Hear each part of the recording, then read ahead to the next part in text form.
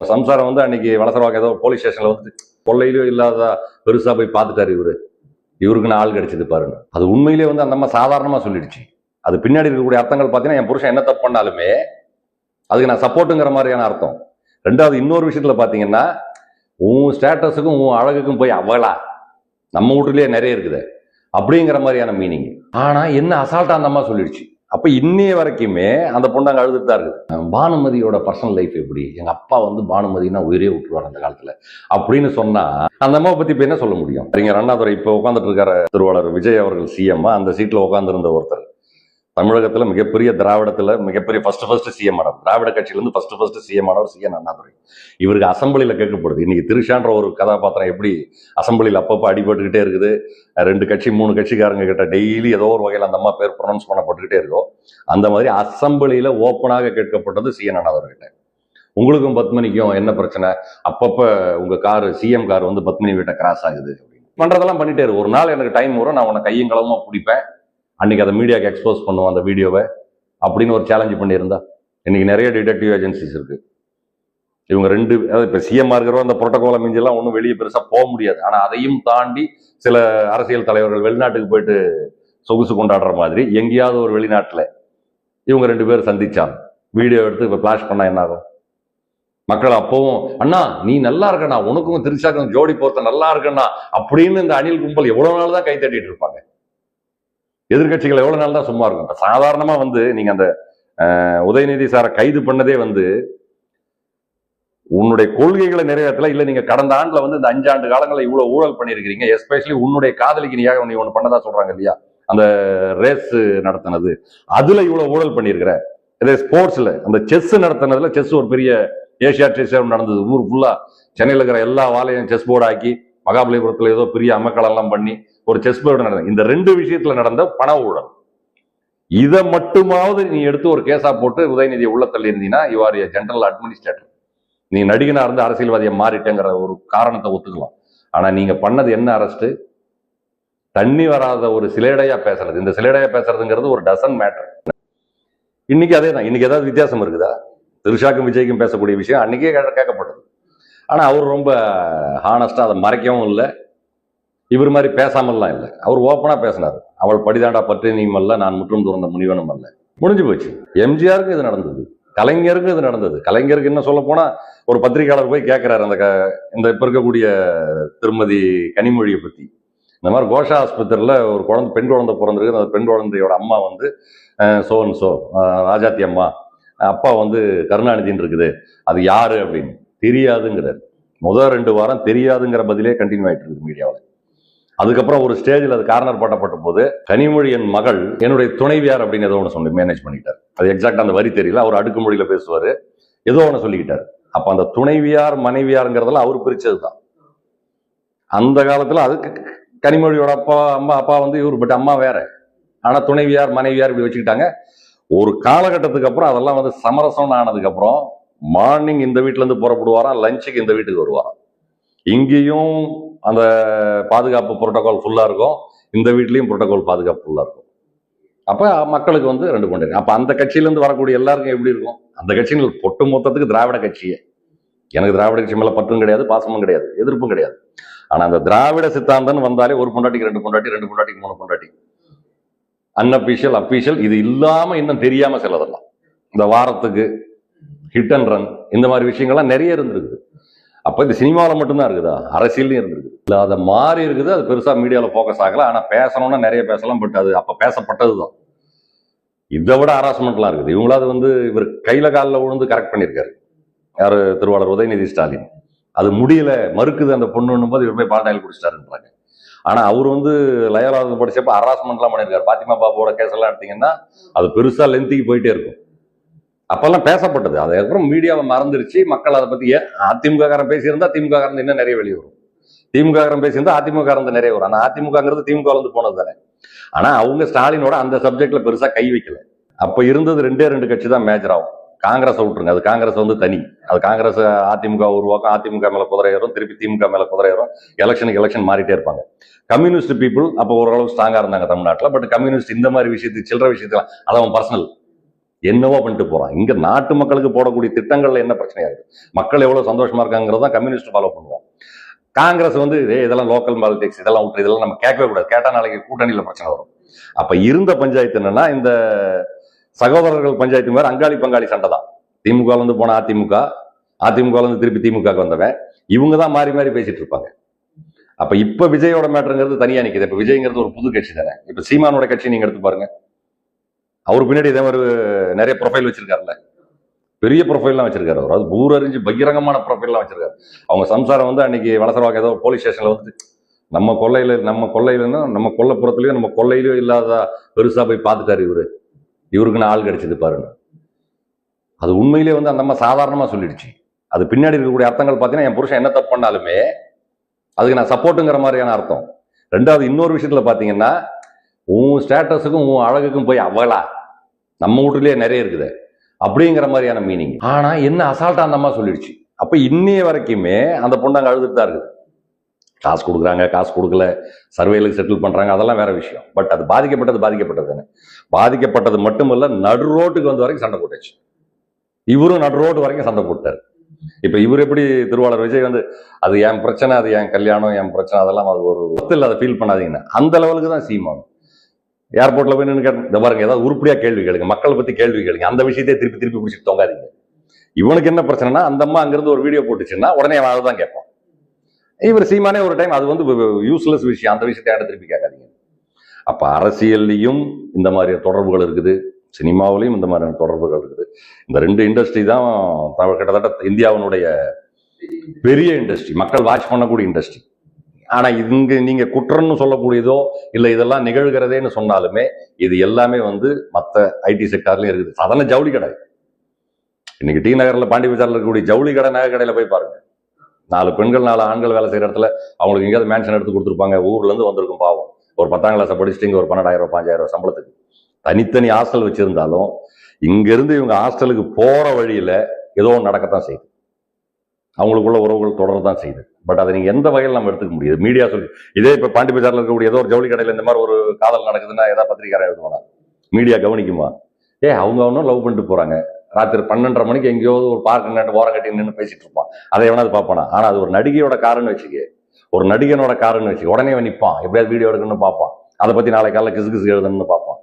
என்ன காரணம்னா அதுதான் மாஸ் மீடியாவுடைய பவர், பொலிட்டிக்கல் மாஸ் மீடியாவோட பவர். நீங்க சொன்ன மாதிரி அந்த ஸ்டாலின் சாரோட ஏன் பெருசா வரலன்னு சொன்னா, ஸ்டாலின் சார் தான் நிறைய இருக்குது, அதை பேசியிருக்க வேண்டியது அதிமுக. அவங்க வந்து அந்த இடத்துல அது தாய் வீடு மாதிரி அவங்களுக்கு. அதனால அங்கிருந்து வந்தனால நம்ம பேசினா அப்புறம் அவனும் பேசுவான், நம்ம தலைவரை பத்தி பேசுவான், எம்ஜிஆரை பத்தி பேசுவாங்க. அதனால எதுக்குன்னு சொல்லிட்டு ஸ்டாலினை விட்டாங்களே தவிர மற்றபடி ஒண்ணும் கிடையாது. இப்பவும் உதயநிதியை பத்தி கூட இந்த விஷயம் சரியா பெருசா பேசப்படுது. அந்த பால்டாயில் குடிச்சதுங்கிறத ஒரு காமெடியா சொல்லிட்டு இருக்கிறோம். உண்மையா இருக்கலாம், இவருக்கு லவ் இருந்தது, அஃபெக்ஷன் இருந்ததுலாம் இருக்கலாம். இப்ப ஊரறிஞ்சு அவர் அந்த ரேஸ் நடத்தினதெல்லாம் ஒரு பெண்மணி ஒரு லவ்வுக்காக, ஒரு ஃப்ரெண்ட்ஷிப்புக்காக அப்படின்லாம் இருக்கு. ஆனா பெருசா யாரும் பேசிக்கிட்டு இல்லை. அதிமுக காரணம் அதை பெருசா மாட்டாங்க, திமுக காரணம் அதை பெருசா பேச மாட்டாங்க. திமுகவில் இருந்த மிகப்பெரிய ஒரு நல்ல பேர் வாங்கின ஒரு பேச்சாளர், நல்ல எம்பி திருச்சி சிவான் ஒரு எம்பி. அதிமுகவில் அதே மாதிரி ஒரு எம்பிஎம்மா இருந்தது, திங்ஸோ ஏதோ சசிகலா பேர்ல வரும், சசிகலா வரதராஜனா ஏதோ அந்த மாதிரி ஒரு பேர்ல. அந்த அம்மா டெல்லியில இருக்குது, இவரு டெல்லியில இருக்கிறாரு, இவருக்கு மனைவி இல்லை, மனைவி இறந்த ஒரு சூழ்நிலை. அந்த அம்மா மடியில படுத்துட்டு இருக்காரு. அப்ப ஜெயலலிதா உயிரோடு இருக்காங்க. இந்த மடியில படுத்த இந்த போட்டோ எல்லாம் வெளியே வந்துருச்சு. இவரு மனைவி இறந்தப்ப ஒரு பெரிய முழு 4 A4 ஷீட்டு கவிதையெல்லாம் எழுதியிருந்தாரு. என் மனைவி இப்படி அப்படி இப்படி, அவளோட இழப்பு என்ன இவ்வளவு பாதிக்கப்படுதுன்னு சொல்லிட்டு. ஏன்டா அந்த கவிதையெல்லாம் பொய்யா? நாங்கெல்லாம் படிச்சு மனைவி மேல இவ்வளவு பாசம் வச்சிருக்கிற சிவான்னு நினைச்சோம்.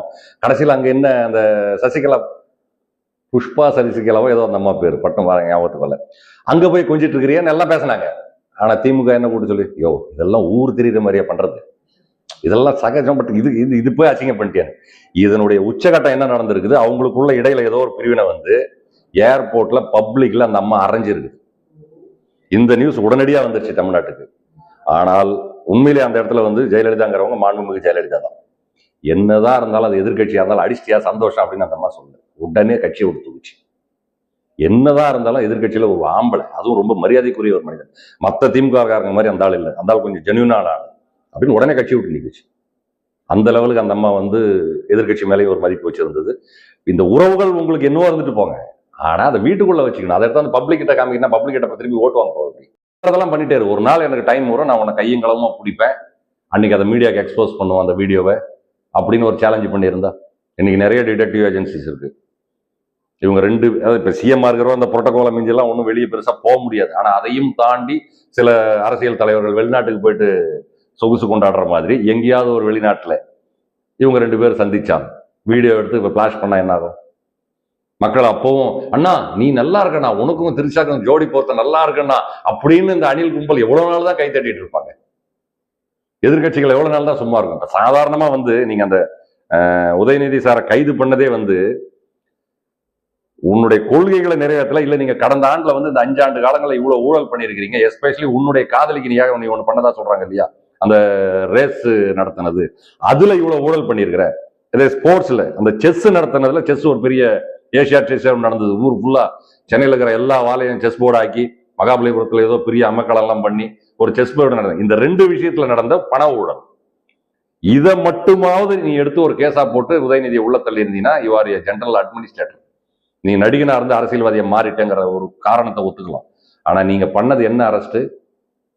தண்ணி வராத ஒரு சிலேடையா பேசுறது. இந்த சிலேடையா பேசுறதுங்கிறது ஒரு டசன் மேட்டர். நடிகை த்ரிஷா மேடம் போட்ட அந்த போஸ்டர்லாம், அந்த இன்ஸ்டா பண்ண அந்த கான்டென்ட் எல்லாமே இது யாருக்கு சொல்ல வர்றாங்க? திருவாளர் விஜய்க்கு சொல்ல வர்றாங்களா, இல்ல அந்த திருமதி சங்கீதாவுக்கு சொல்ல வர்றாங்களாங்கிறதுக்குள்ளேயே நான் போக விரும்பல. ஏன்னா அந்த கண்டென்ட்டே கன்ஃபியூஸா இருக்கு.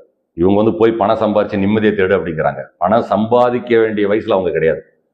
திருமதி சங்கீதா ஆல்ரெடி, அதாவது த்ரிஷாங்கிறவங்க சினிமாவில் தான் சம்பாதிச்சிருக்காங்க. அதுக்கு முன்னாடி இவங்க கிட்ட ஒன்றும் பெரிய ப்ராப்பர்ட்டி எல்லாம் கிடையாது. ஆனா அந்த பொண்ணு அவங்க பிறக்கும் போதே அது ப்ராப்பர்ட்டியில் தான் பிறந்தது. அந்த பொண்ணு இந்த த்ரிஷாவோட இன்னைக்கு சொத்தை விட அதுக்கிட்ட டபுள் த டைம் சொத்து இருக்குங்கிறது ஒரு நம்பிக்கையில சொல்றேன். ஏன்னா அவங்க வளமான ஃபேமிலி தான். இதுக்கு மேல போய் சம்பாரின்னு யாரை சொன்னாங்க? ரெண்டாவது சரி, அது விஜய் பார்த்து சொன்னாங்களா அப்படின்னு கேட்டா, விஜய் நீ போய் சம்பாதிக்கணும்னு சொல்றதுக்கு அவசியம் கிடையாது. சம்பாரிச்ச காசை செலவு பண்றதுக்கு எனக்கு நேரம் பத்தாது. அப்ப என்ன கனவுல சொன்னாங்க? இல்ல அவங்க மேட் ஆயிட்டாங்களா? என்ன சொல்றதுன்னு தெரியாம. ஏன்னா இப்ப இருந்த சான்ஸ் போயிடுச்சு. இனி அந்த சான்ஸ் திருப்பி வர்றது ரொம்ப கஷ்டம். அன்லஸ் அந்த அம்மா டைவர்ஸ் பண்ணா மட்டும்தான். இப்ப விஜய் சாரே டைவர்ஸ் அப்ளை பண்ணாலும் அந்த அம்மா நான் மாட்டேன்னு லண்டன்லயே உட்கார்ந்து வச்சுக்கோங்க, ஒண்ணுமே பண்ண முடியாது. நீ பண்றதெல்லாம் பண்ணிட்டே இரு. ஒரு நாள் எனக்கு டைம் வரும், நான் உன்னை கையும் களவுமா பிடிப்பேன், அன்னைக்கு அதை மீடியாவுக்கு எக்ஸ்போஸ் பண்ணுவோம் அந்த வீடியோவை அப்படின்னு ஒரு சேலஞ்சு பண்ணியிருந்தா. இன்னைக்கு நிறைய டிடெக்டிவ் ஏஜென்சிஸ் இருக்கு. இவங்க ரெண்டு, இப்ப சிஎம் இருக்கிறவங்க அந்த புரோட்டோகால மிஞ்செல்லாம் ஒன்றும் வெளியே பெருசா போக முடியாது. ஆனா அதையும் தாண்டி சில அரசியல் தலைவர்கள் வெளிநாட்டுக்கு போயிட்டு சொகுசு கொண்டாடுற மாதிரி எங்கேயாவது ஒரு வெளிநாட்டுல இவங்க ரெண்டு பேரும் சந்திச்சாங்க, வீடியோ எடுத்து இப்ப பிளாஷ் பண்ணா என்ன ஆகும்?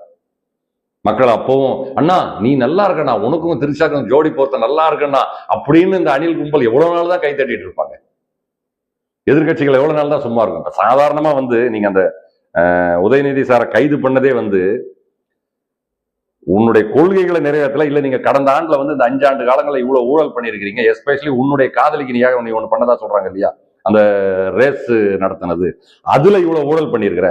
இதே ஸ்போர்ட்ஸ்ல அந்த செஸ் நடத்தினதுல, செஸ் ஒரு பெரிய ஏசியா செஸ் நடந்தது, ஊர் ஃபுல்லா சென்னையில் இருக்கிற எல்லா வாலையும் செஸ் போர்டு ஆக்கி மகாபலிபுரத்துல ஏதோ பெரிய அமக்கள் எல்லாம் பண்ணி ஒரு செஸ் போர்டு நடந்தது. இந்த 2 விஷயத்துல நடந்த பண ஊழல், இதை மட்டுமாவது நீ எடுத்து ஒரு கேஸா போட்டு உதயநிதியை உள்ள தள்ளி இருந்தீங்கன்னா you R A general administrator. நீ நடிகனா இருந்து அரசியல்வாதியை மாறிட்டேங்கிற ஒரு காரணத்தை ஒத்துக்கலாம். ஆனா நீங்க பண்ணது என்ன அரெஸ்ட்? தண்ணி வராத ஒரு சிலேடையா பேசுறது. இந்த சிலேடையா பேசுறதுங்கிறது ஒரு டசன் மேட்டர். இது யாருமே பெருசா எடுத்துக்கவே முடியாது. ஆனா அதுக்கு என்ன பண்ணீங்க? உங்க கூட வந்த அந்த கல்லாப்பூட்டி கூட்டணி எல்லாமே சேர்ந்து என்ன பண்ணிச்சு? அது பெண்களையே, அது சமூகத்தையே, அது தாய் குலத்தையே, இது வல்கரான பேச்சுக்களை ஏத்துக்க முடியாதுன்னு ஒவ்வொரு கூட்டணி கல்லாப்பூட்டி தலைவர்களுமே அறிக்கை விடுற அளவுக்கு நீங்க அதை பெருசு பண்ணீங்க. ஆனா அந்த மாதிரி வார்த்தைகள் இங்க கொட்டி கிடக்குது அரசியல் சர்க்கிள். சினிமாவில் அதை விட கொட்டி கிடக்குது. ஒரு வடிவேல் தம்பிராமையா காமெடி ஒன்று பார்த்துருப்பீங்க. வடிவேல் சார் வரிசையா சொல்லிட்டே இருப்பாரு, ராமசாமி பொண்டாட்டி இவங்க கூட போயிடுச்சு, அவன் கோவிந்தசாமி பொண்டாட்டி இவங்க கூட போயிடுச்சு, தம்பிராமையா வருவார், அதெல்லாம் எப்படி உனக்கு கரெக்டா தெரியுது அப்படின்னு. ஓடி போனால உன் பொண்டாட்டி தாண்டா சொன்னா அப்படின்னு. ஏன் பொண்டாட்டியா அப்படி ரோசம்மா அப்படின்னு ஓடுவாரு தம்பிராமையா. அந்த மாதிரி ஊர்ல யார் யார் கூட என்ன நடக்குது இது ஒரு விஷயமா உனக்கு? இந்த தண்ணி மேட்ரு இதை விட பேசினார் ஒருத்தர், இதே மாதிரி பேசினவங்க எல்லாம் இருக்கிறாங்க. அதை விட ஓப்பனா பேர் சொல்லியே பேசியிருக்காரு ஒரு எதிர்கட்சி தலைவர். அவர் என்னைக்கு திருஷா வீட்டுல இருந்து வெளியே வராரோ அன்னைக்குதாங்க ஏதாவது உருப்படியா வேலை நடக்கும். ஆனா இவர் திருஷான்னு சொன்னாரா? மக்கள் ஏதோ சொல்லிச்சு. இது மக்கள் தான். அது ஜனரஞ்சகமான மக்கள் அப்படிதான் சொல்ல செய்வாங்க. அவன் ஏதோ எடுத்து கொடுத்தான், லீடு எடுத்து கொடுத்தான். இவர் தெளிவா சொன்னார், திருஷா வீட்டை விட்டு என்னைக்கு வெளியே வராரோ அன்னைக்குதான் இவர் அரசு பண்ணி பார்ப்பாரு. அவரை கைது பண்ணி பாரு நயினார் நாகேந்திரன். டேய், கைது பண்றேன்னு சொல்லிதான் பாரு, நீ பண்ண வேண்டாம், சும்மா சொல்லிதான் பாரு. அதுக்கடுத்து அண்ணாமலை ஒன்று சொன்னார், இவர் என்னைக்கு நடிகையோட இடுப்பை கிள்ளிக்கிட்டு அங்கேயே சுத்திக்கிட்டு இவர் ஸ்டேட்மெண்ட் விட்டுட்டு இருக்காரு, நாங்க என்ன அப்படியே ஸ்டேட்மெண்ட் கொடுக்குறோம் அப்படின்னாரு. நடிகையோட சுத்திக்கிட்டு நடிகைகளோட. எங்க அண்ணாமலை கைது பண்றன்னு ஒரு வார்த்தை நினைச்சு பாரு மனசுல. அங்க இருந்து அமித்ஷா சொட்டுன்னு ஒரு அடி நொட்டுன்னு விடும். யார்கிட்ட பேசுற நீங்க அப்படின்னு. அங்கன்னா மட்டும் அலறேன். ஆனா உண்மையிலே சொல்றேன், இது வந்து காமெடிக்கான விஷயமே கிடையாது. உதயநிதியை கைது பண்றதுக்கு முடிவு பண்ணிட்டீங்கன்னா நீ ஏதாவது ஒரு நல்ல அவர் பண்ண ஊழல்ல இருந்து கைது பண்ணு, மக்கள் கை தட்டுவோம், நானே கை தட்டுவேன், நிறைய பேர் கை தட்டுவான். உனக்கு ஓட்டு போடாத அந்த 2 பேர், அந்த 3ல 1 அந்த 3ல 2 பேர் இருக்காங்க, பரவாயில்லடா அண்ணன் சவுக்கு எடுத்துட்டான். அந்த சாட்டை எடுத்து எம்ஜிஆரே வந்து இவர் கையில கொடுத்த மாதிரி நான் ஆணையிட்டான் அப்படின்னு ஒண்ணு எடுத்து ஆட்டினைய நீ ஆட்ட ஆரம்பிச்சிட்ட. அப்ப KN நேருவை புடி, ஏவா இந்த வேலை புடி, அந்த வேலை புடிலாம் போய் இல்லாம டைரக்டா தலையிலே கை வச்சிட்டான். உதயநிதி அரசு பண்றதுங்கிறது ஒரு பெரிய விஷயம். ஏன்னா இவங்களெல்லாம் பிடிச்சா சின்ன சின்ன விஷயங்கள், இவங்கெல்லாம் கப்பம் கட்டுறவங்க கட்சிக்கு. ஆனா கப்பத்தை வாங்கிட்டு இருக்கிற குடும்பத்தினுடைய அடுத்த லீடர் ஸ்டாலினை பிடிச்சா அது வயசாயிடுச்சு வேண்டான்னு கூட நீ நினைச்சுக்கலாம். இப்ப அடுத்த தலைவர், உனக்கு CM போஸ்டுக்கு தடையா இருந்தவர், உன்னுடைய இதுக்கு எதிராக அவர் தான் இருந்தார். அவரை நீ கைது பண்ணது ஒரு ஊழல் வழக்குலன்னு சொன்னா ஒட்டுமொத்த தமிழக மக்களும் ரொம்ப சந்தோஷப்பட்டு இருப்பாங்க. ஆனா கடைசியில நீ வந்து உன் காதலிக்காக அந்த வார்த்தைக்காக போய் கைது பண்ணா இது எவ்வளவு அல்பத்தனமான ஒரு விஷயம். நீ ஒரு பெரிய மனுஷன், நீ ஒரு பியூனா வேலை செய்யறவன், ஒருத்தன் GM இருக்கான் அந்த இடத்துல, அவன் வீட்டுக்கு போற நேரத்துல ஏதோ ஒரு வேலை வச்சான் அர்ஜென்ட்ல, போய வேலை இல்லையா அப்படின்னு போனான்னு மறுநாள் அவனை டிஸ்மிஸ் பண்றியா? உண்மையான ஒரு எக்ஸ்பீரியன்ஸ் GM இருந்தா என்ன பண்ணுவான்? சாரி கோவிந்தா, நான் வந்து நீ வீட்டுக்கு போற நேரத்துல உனக்கு அந்த வேலை வச்சது தப்பு தான், இனிமே அப்படி பண்ண மாட்டான், ஆனா அதுக்குன்னு அப்படியா பேசிட்டு போவ நீ அப்படின்னு கேட்டா ஒரு நாகரிகம் படிச்சவனுக்கு அர்த்தமாச்சு. ஏய் நீ என்ன போயான்னு சொல்லிட்ட, உடனே டிஸ்மிஸ் அப்படின்னு அது எந்தவங்க. இதுதான் விஜய் சாரோட அறிவு. ஏன் நீங்க எல்லாம் ப்ரே பண்ணுங்களேன், மண் சோறு சாப்பிடுங்க, தீச்சட்டி தூக்குங்க, முளைப்பாரி தூக்குங்க, நெருப்பு மிதிங்க. நீங்க தான் இருக்கிறீங்களா ஒரு அணில் குஞ்சு, ஒரு 3க்கு 2க்கு 1 இருக்கிறீங்கல்ல, அவங்க சார்பா தான் நீங்க கேள்வி கேட்கறீங்க. எல்லாம் இதை நான் சொன்னதெல்லாம் பண்ணுங்க. மிளகா தூள் அரைச்சி ஊத்திக்குங்க, செடல் குத்திக்குங்க, காவடி தூக்குங்க, பாத யாத்திரை போங்க. எவ்வளவு ஃபார்முலா இருக்குது இங்க கடவுளை ஃபார்வர்ட் பண்ணி. எங்க அண்ணன் வந்து எப்படியாவது எங்க அண்ணி கூட சேர்ந்துடணும், எங்க அண்ணி சந்தோஷமா வச்சுக்கணும், எங்க அண்ணன் கலகலப்பா இருக்கணும், இவ்வளவு இருக்குது இல்ல. இது நான் சொன்னதெல்லாம் இந்து மதத்துல, இன்னும் முஸ்லீம் மதத்துலயும் இருக்குது, கிறிஸ்தவ மதத்துலயும் இருக்குது, எல்லா மதத்துலயும் இருக்குது இந்த மாதிரி விஷயங்கள். பாத யாத்திரை, அது இது, அங்க பிரதர்ஷனம் போங்க, அடி பிரதர்ஷனம் போங்க, இதெல்லாம் பண்ணுங்களேன். 2 பேரும் ஒன்னா இருக்கணும். அந்த பொண்ணு எப்படியே குட்டிச்சவரா போட்டோம், ஏன்னா அது வாழ்க்கை முடிஞ்சு போச்சு. இந்த அம்மா புதுசா இப்ப வாழணும்.